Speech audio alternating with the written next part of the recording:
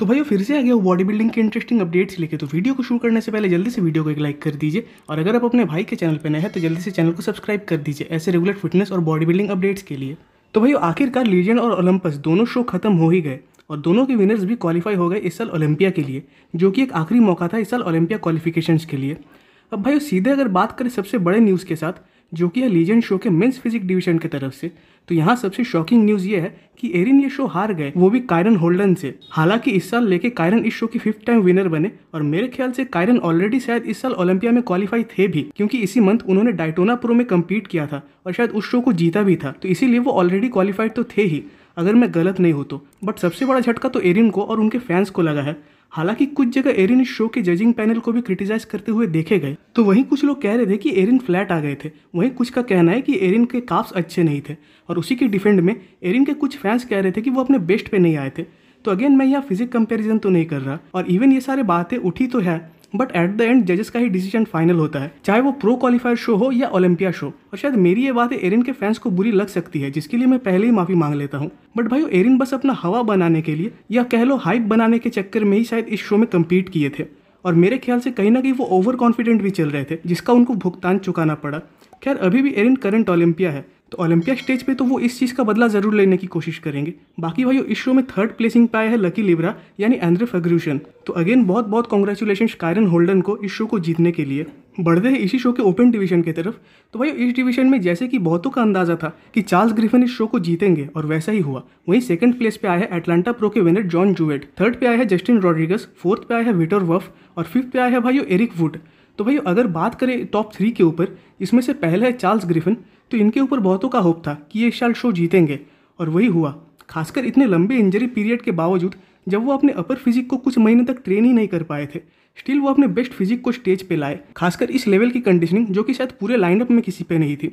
तो भाई मुझे पर्सनली ये लगता है कि इस बॉडी बिल्डर के अंदर बहुत ज़्यादा पोटेंशियल है, और इस परफॉर्मेंस को देखने के बाद कहीं ना कहीं मुझे लग रहा है कि ये साल ओलंपिया में टॉप 10 के अंदर ना आ जाए। अब भाई बात करें जॉन जूवेट के ऊपर, तो ये भी एक शॉकिंग न्यूज़ थी मेरे लिए, क्योंकि मुझे पर्सनली नहीं लगा था कि ये 2nd प्लेस पे आ पाएंगे, क्योंकि एक तो ये 212 डिवीजन के एक बॉडी बिल्डर है, और इस शो में उन्होंने अपना ओपन प्रो डेब्यू किया है, वो भी इतने कम्पिटिटिव लाइनअप में, तो उम्मीदें तो कम ही रहती है। बट जॉन ने अपने ओपन डिवीजन के डेब्यू में ही 2nd प्लेस ला लिया, जो कि एक बहुत ही बड़ी बात है, और खासकर उनकी कंडीशनिंग जिस लेवल की आती है वो तो बहुत ज़्यादा बढ़िया है। और मेरा मानना है कि अगर ये अपने कंडीशनिंग को शेम रख के अपने साइज़ के ऊपर काम करे, तो हम इन्हें भी अगले साल ओलंपिया स्टेज पे देख पाएंगे। वहीं भाई बात करें अगर जस्टिन रॉड्रिगस के ऊपर, तो इनकी भी फिजिक बढ़िया ही थी, बट ये कंडीशनिंग के मामले में शायद थोड़े चूक गए। तो भाई कॉन्ग्रेचुलेशन टू चार्ल्स ग्रिफिन इस शो को जीतने के लिए और ओलंपिया क्वालिफिकेशन के लिए। अब बढ़ते हैं भाई इसी शो के क्लासिक फिजिक डिवीजन के ऊपर, जिसके रिजल्ट्स को लेकर भी बहुत लोग सोच में थे, but at the end Terence Refn ने लोगन को बीट करके इस शो को जीत लिया और इस शो के विनर बन गए। वैसे टेरेंस ऑलरेडी दुबई शो में विनर थे, तो उनको कम्पीट करने की तो कोई ज़रूरत नहीं थी, बट क्योंकि उन्होंने अनाउंसमेंट कर दिया था तो शायद इसीलिए उन्होंने कम्पीट किया।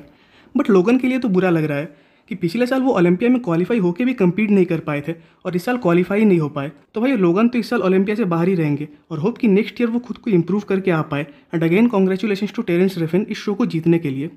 बढ़ते भाई अब ओलंपस प्रो के ऊपर, तो इसमें बात करेंगे बस ओपन डिवीजन के ऊपर ही। तो भाई इस डिवीजन का जो रिजल्ट था, मैं उससे पर्सनली थोड़ा डिसअपॉइंट हूँ। इसलिए नहीं कि कोई रॉन्ग डिसीजन लिया गया है, और मेरे ख्याल से जजमेंट एकदम परफेक्ट था, बट पर्सनली मैं एल्फ्रेड शिरियाक को जीतते हुए देखना चाहता था। बट अगेन इस शो के विनर बने थियो लेग्यूरियर, और हो गए क्वालिफाई इस साल ओलंपिया के लिए। वहीं 2nd पे आए रोमन फ्रिट्स, 3rd पे आए टिम बोडिशम, और 4th पे चले गए भाइयों एल्फ्रेड शिरियाक। अब बहुतों का मानना है कि ये शो लास्ट टाइम में अनाउंस हुआ था, बट भाइयों मैंने 1-2 महीने पहले भी शायद IFBB का जो कंपटीशन लिस्ट है उसको देखा था, और वहाँ ये शो मेंशन भी था। इवन शायद मैंने गुड वीटो के एक अपडेट में शो को कवर भी किया था, बट अगेन शो हो चुका है और रिजल्ट्स भी आ गए हैं। तो कॉन्ग्रेचुलेशन टू थियो लेग्यूरियर इस शो को जीतने के लिए और ओलंपिया क्वालिफिकेशन के लिए। अब भाई अगले अपडेट की ओर बढ़ने से पहले आप सबसे रिक्वेस्ट है कि अगर आप सबको मेरा ये रेगुलर कंटेंट अच्छा लगता है, तो आपके भाई को सपोर्ट करने के लिए प्लीज़ इस चैनल को सब्सक्राइब कर दीजिएगा। अब भाई बढ़ते अगले अपडेट की तरफ, तो ये अपडेट आया हुआ है भाई हमारे डेरेक लंसफोर्ड की तरफ से। वैसे इस अपडेट में खासकर बैक और फ्रंट दोनों साइड से ही अपने लैट्स को शो कर रहे हैं, और खासकर इनका जो साइज आ रहा है वो बहुत ही बढ़िया और ह्यूज है। अब भाई साइज और डेंसिटी इसके मामले में तो कोई डेरेक के बैक इवन पूरे फिजिक के ऊपर कोई सवाल नहीं उठा सकता। हाँ, बहुत लोग इस अपडेट को देखने के बाद ये कह रहे थे कि डेरेक इस बार मिस्टर ओलंपिया बन जाएंगे। अगेन बन भी सकते हैं अगर वो सबसे बेटर फिजिक लाते हैं स्टेज पे, बट यहाँ मेरा एक थोड़ा सा डाउट भी है। अब पता नहीं डाउट इसके लिए सही वर्ड है भी या नहीं, बट मेरे ख्याल से डेरेक को अगर ओलंपिया जीतना है तो उनको अपने कंडीशनिंग और सेपरेशन को थोड़ा और बेटर पोजीशन पे लाना होगा और उन पे ज़्यादा काम करना होगा अगर वो कंडीशनिंग के मामले में हार्डी को बीट करना चाहते हैं तो, क्योंकि कहीं ना कहीं हार्डी और डेरेक दोनों के बीच 19-20 का फ़र्क तो आता ही है कंडीशनिंग में, और उसी का एडवांटेज हार्डी को मिला था। अगेन डेरेक बहुत ज़्यादा पोटेंशियल बॉडी बिल्डर है, क्योंकि लास्ट ईयर उन्होंने ओलंपिया में ओपन डिवीजन में अपना डेब्यू करते ही सेकंड प्लेस पे आए थे, और इवन शायद उन्होंने बस हाफ ईयर का ही प्रिप किया था ओपन डिवीजन के लिए, स्टिल वो रनर अप थे। तो इस बार इसीलिए भी बहुतों का सोचना है कि शायद डेरेक इस बार जीत जाए ओलंपिया, बट पर्सनली मैं अभी भी कंफर्म तो नहीं हूँ कि डेरेक इस शो को जीतेंगे या नहीं।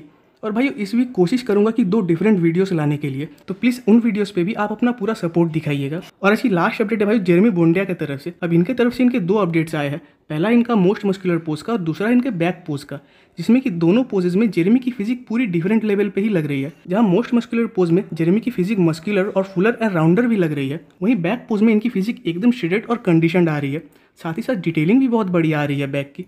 और पर्सनली जेरेमी का ये फिजिक मुझे बहुत ज़्यादा इंप्रेसिव लग रहा है। और अब तो एरिन के साथ भी कुछ अलग ही चीज़ें हो गई है, तो जेरेमी मेंटली इस चीज़ का फ़ायदा ज़रूर उठाना चाहेंगे इस साल ओलंपिया में, जो कि मेरा मानना है। और अगेन फिर से कहीं हमें प्रीवियस मिस्टर ओलंपिया इस बार ओलंपिया बनते हुए ना दिख जाए। तो भाई आज की वीडियो यहीं पे खत्म होती है। कमेंट्स में ज़रूर बताइएगा कि आपको वीडियो कैसा लगा। वीडियो अच्छी लगी तो वीडियो को एक लाइक कर दीजिए और नेक्स्ट वीडियोस के अपडेट सबसे पहले पाने के लिए चैनल को सब्सक्राइब कर दे और बेल आइकन को प्रेस कर दे।